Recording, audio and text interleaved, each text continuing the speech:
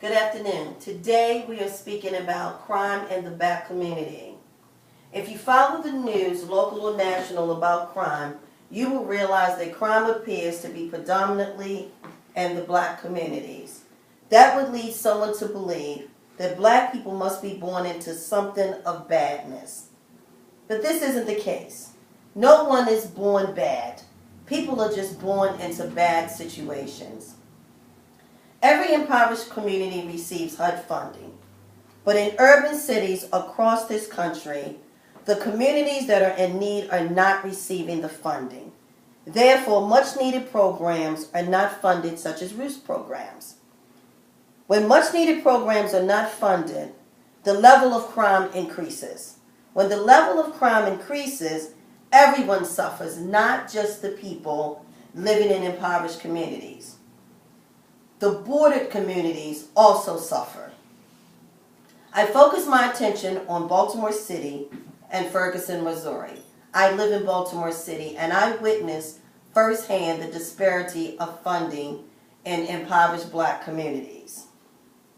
Baltimore City is a segregated urban city. Most of the white communities in Baltimore are middle to upper class communities. The lower Black communities never received the funding into the communities, and the white affluent communities, which involve tourism, do receive the funding that's intended for the Black communities. When you have an unbalanced system, this leads to outrage and frustration. Ferguson, Missouri has unbalanced economic system, just as Baltimore City. The demographics changed in Ferguson about 20 years ago from 25% Black to 65% Black, but the police department and the government, the local government, remain white, not including the Black population. And the majority of the 65% of the Black population in Ferguson lives under the poverty line. Black cities are predominantly in Baltimore City. They have Black elected officials and a Black police department. So that is different than Ferguson, but the power structure doesn't change in Baltimore City.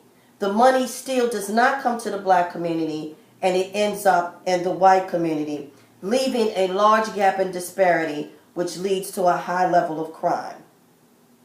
So the next time there's a crime statistic that you read or a story in the news that crime is focused on the Black community or individuals in the Black community, remember the origin of the problems begins with the resources, and resources is the money.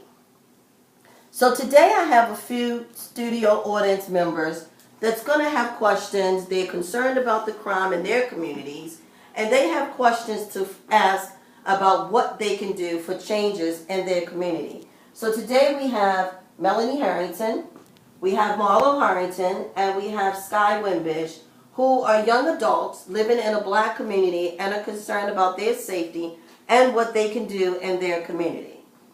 So, young ladies, please ask your questions. Okay, I have a question. So should Black people move out of cities of high crime rates? Absolutely not. We all have a responsibility to work within our communities. And in working within our communities, we have a responsibility of addressing these issues to our elected officials.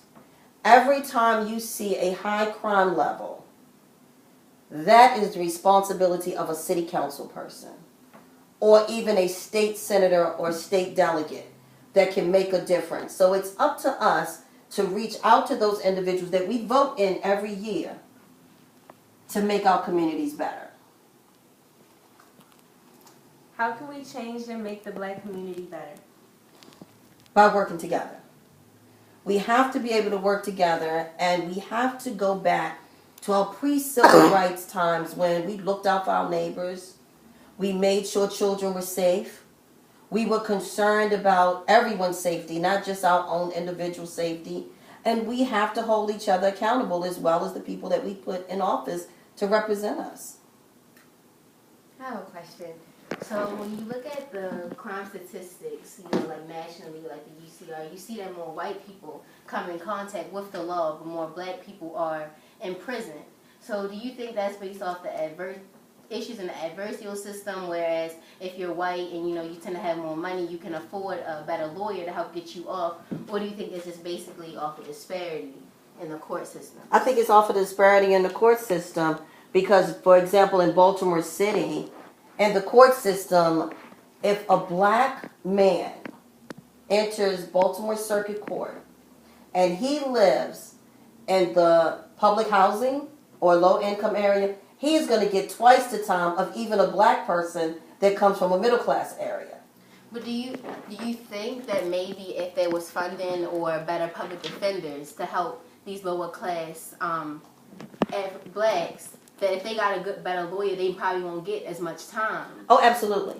It's all about money. It's all about money, whether we're talking about money that comes into a community. It's all about money if you can afford a better lawyer. It's also about prejudice. That somebody has already made a determination about somebody before they even got to court. We know this person was living in the public housing system, so they must be bad. And that's up to us to change that. So it takes all of us, like a young lady like yourself who is so intelligent, to become an attorney and represent those people. We need for our young people to become professionals and commit to the black community. Any other questions? Well, I want to thank you all for coming and listening today. We have a lot of work to do with the black community and crime and just eliminating the racism that has caused the crime. Thank you so much.